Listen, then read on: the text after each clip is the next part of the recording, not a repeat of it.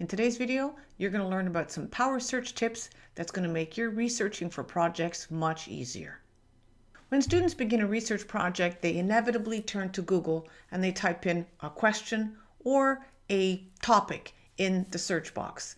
This isn't bad, but it's not always the best strategy for finding results that are relevant and reliable. Today's video, I'm going to give you 10 tips that will make your work so much easier.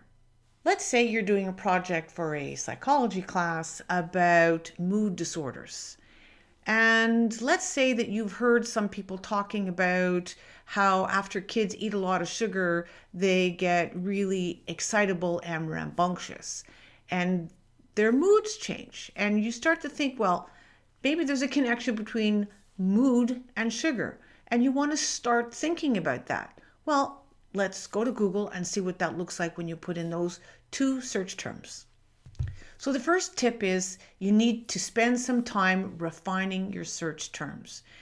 Typing in a question is a starting point, but only if you're going to use that as a strategy for getting the best terms possible for your topic, and then using some simple Boolean operators to connect those terms. I'll show you what I mean. As you can see, I've typed in mood disorders and sugar, and we have over 2 million results. That's not helpful, and most people don't ever go beyond the first page of these results. So to help you refine your search terms, scroll down to the bottom of the page and take a look at the suggestions that Google gives. Here's one that's interesting: depression and sugar cravings. Well, these results are less than 1 million, so this is getting better. Now, you read some of these results and see articles talking about the consumption of carbohydrates. So you read a little bit and you see something pretty interesting, so you highlight it with your Diigo extension that you have installed. Now you've just learned that eating carbs actually boosts the serotonin production in the brain. Serotonin is the brain chemical that makes us feel good. It lifts our moods, and we find it in the antidepressants that people who suffer from depression are prescribed. Now your search words have become sugar, carbs, and mood disorders. But you're not finished analyzing your keywords because you still need to understand the relationship between sugar and carbs. So open up another search and type carbs and sugar. So you scroll through the results, and as you're scrolling, you see a .edu extension, and you decide you're going to click this one because this is a university and it is going to be a credible source of information for you. Okay, now this is pretty good. So you do some reading here and some more highlighting, and you learn what happens when we eat carbohydrates. Now you've understood the connection between carbs and sugar. Now the search terms become blood sugar levels and mood disorders instead of just sugar and mood disorders.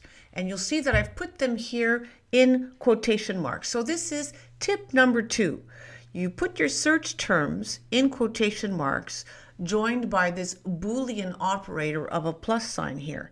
What this does is it will make sure that the exact words are returned, or the exact phrases, somewhere on the website. And the Boolean operator, the plus sign, is just the computer search engine language, meaning and. So my next tip number 3, is to search for a word on a page. Command or Control F, type the word you're looking for, and you will see 9 instances of the word coming up in your search results. What if you want to exclude depression from your results because your focus is on anxiety as a mood disorder and not so much depression?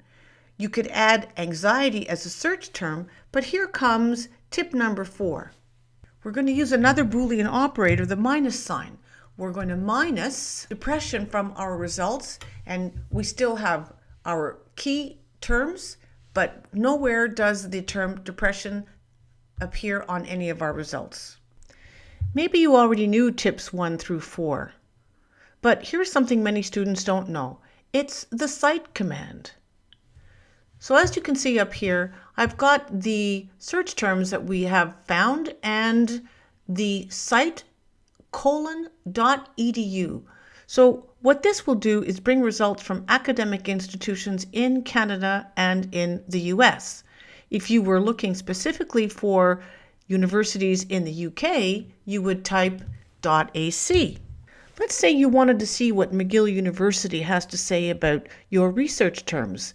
You can type site.mcgill.ca. And here is what is happening at McGill. So now you know that with the site command, you can search within any site or for a particular site, such as a government site or a university publication. Let's try looking through the Canadian government site for our search terms. Type site.gc.ca.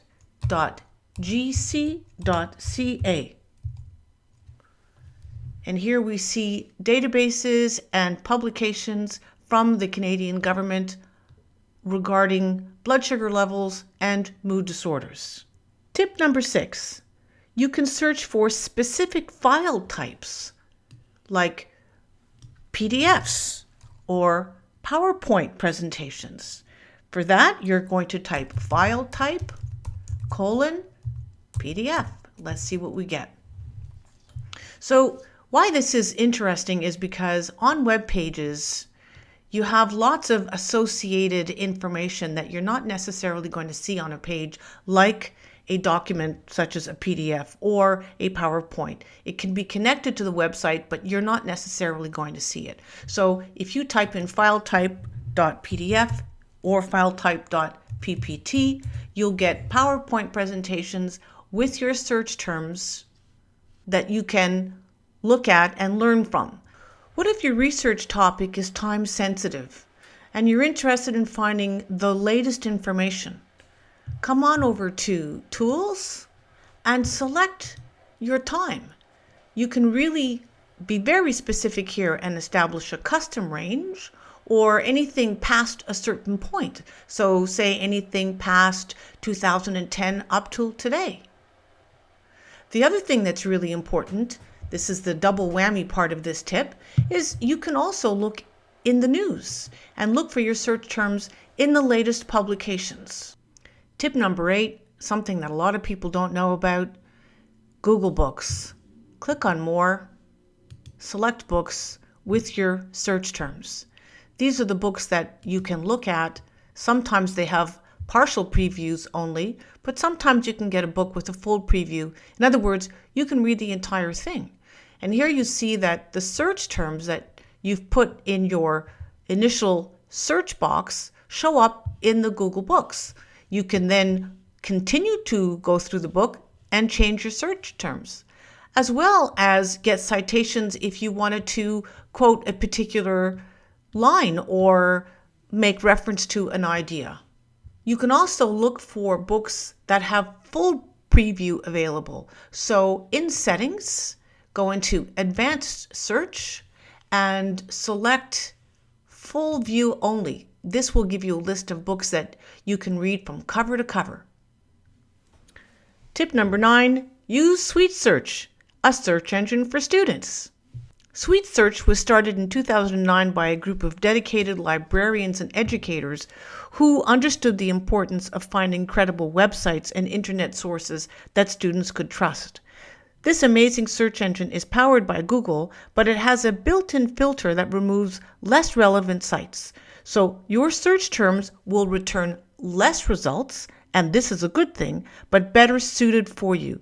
Now, this doesn't mean that you don't have to still ask the important questions like what's the purpose of this site or who publishes it, but at least you'll have an easier time with your results. And the last tip is visit your library and talk to a librarian. Libraries are an oasis of information with helpful people who are just waiting for you to arrive so they can help you with your research project. So that's it, folks. 10 tips, learn them, use them, and you will be successful in your research projects.